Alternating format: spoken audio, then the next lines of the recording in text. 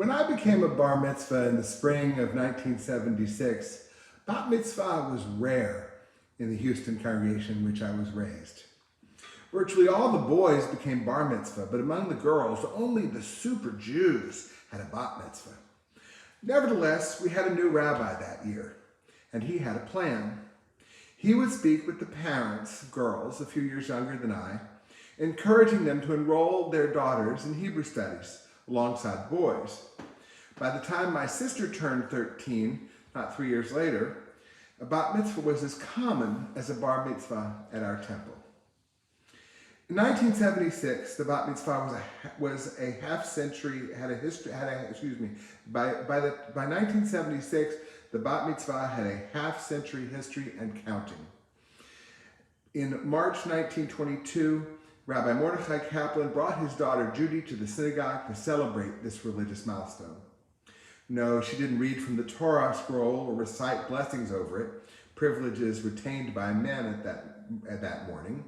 Instead, she read from a Chumash, a Torah published as a book. A different story about another matter. In the words of Jewish Women's Archive, a century ago, in 1922 also, Martha Newmark, a 17-year-old student at the Hebrew Union College, HUC, in Cincinnati, asked to be assigned, like her female rabbinical school classmates, to a High Holy Day student pulpit. Her request raised the possibility that Newmark, daughter of a HUC faculty member, might ultimately present herself as a candidate for ordination.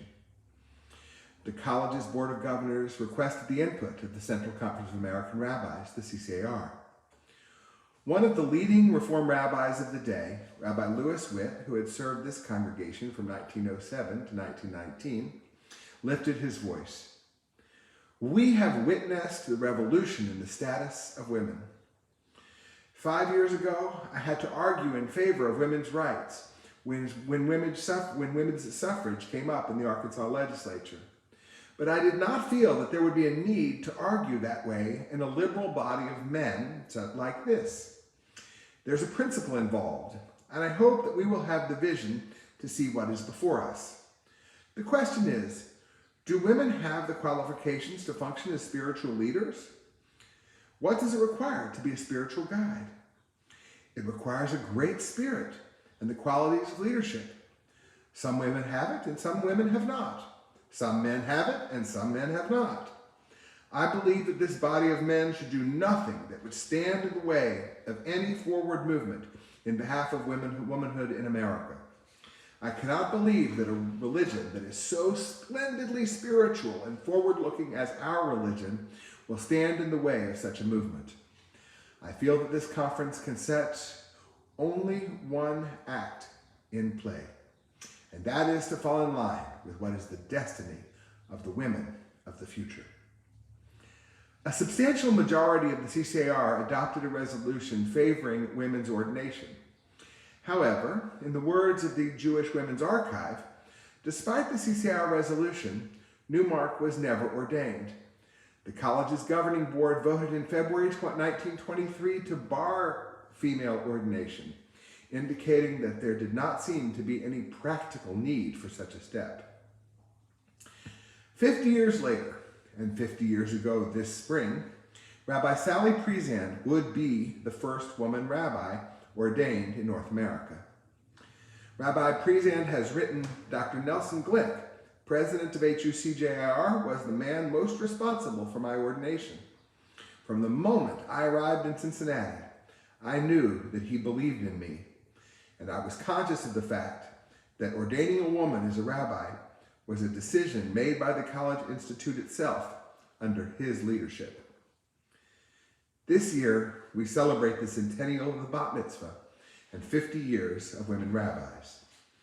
I have told the story, though, as they are often recounted, initiated by men. Rabbi Kaplan, who established the bar mitzvah, Rabbi Karf, who made it normative in my childhood congregation, Rabbi Witt, who spoke eloquently of the justice of ordaining women a half century before that goal was achieved, and Rabbi Glick, who made it happen. Each of these men's work enabled significant enhancement in the role of Jewish women. Women have been defined and limited by men in our tradition from the very beginning. In this week's Torah portion, for example, we read the rules about confinement of women after childbearing, twice as long after the birth of a girl as a boy. We who study American history know that while men voted to grant women the right to vote, they did so only after decades of women's activism, demanding that their own voices be heard. And we who study Jewish history know that developments in our tradition most often reflect changes in the surrounding culture. Supporting women's ordination, Rabbi Witt recalled the suffrage debate. The proximity of the dates of the CCAR's support for women's ordination and the 1920 ratification of the 19th Amendment guaranteeing women's right to vote is no coincidence. These days, few rabbis and spouses attend CCAR conventions, unless, of course, they are also rabbis. In 1922, though, the rabbis' wives were present. The Jewish Women's Archive tells us that something unusual happened there. One day, the New York Times reported that the sentiment among the male rabbis opposed ordination. The next day, the tide had turned. What happened in between? The rabbis had taken the unprecedented step of inviting their wives to speak to the matter. 3 did. Women played a decisive role in moving male rabbis to support the ordination of women. During the next 50 years, women, particularly girls, denied equality when they became bat mitzvah, agitated for more significant roles in Jewish ritual and in synagogue lay leadership. In the words of historian Rabbi Dr. Carol Balin, when Sally Priesand became America's first female rabbi in 1972, she had girls half her age to thank for paving the way. As we prepare to celebrate Passover, we recall that Israel was enslaved in Egypt for 430 years. God did not seek to liberate them until they cried out for freedom. Oppressed and disadvantaged people, whose voices are often not heard, do require the partnership of those in power. Let us never, though, diminish the importance of those who demand their own freedom and equality.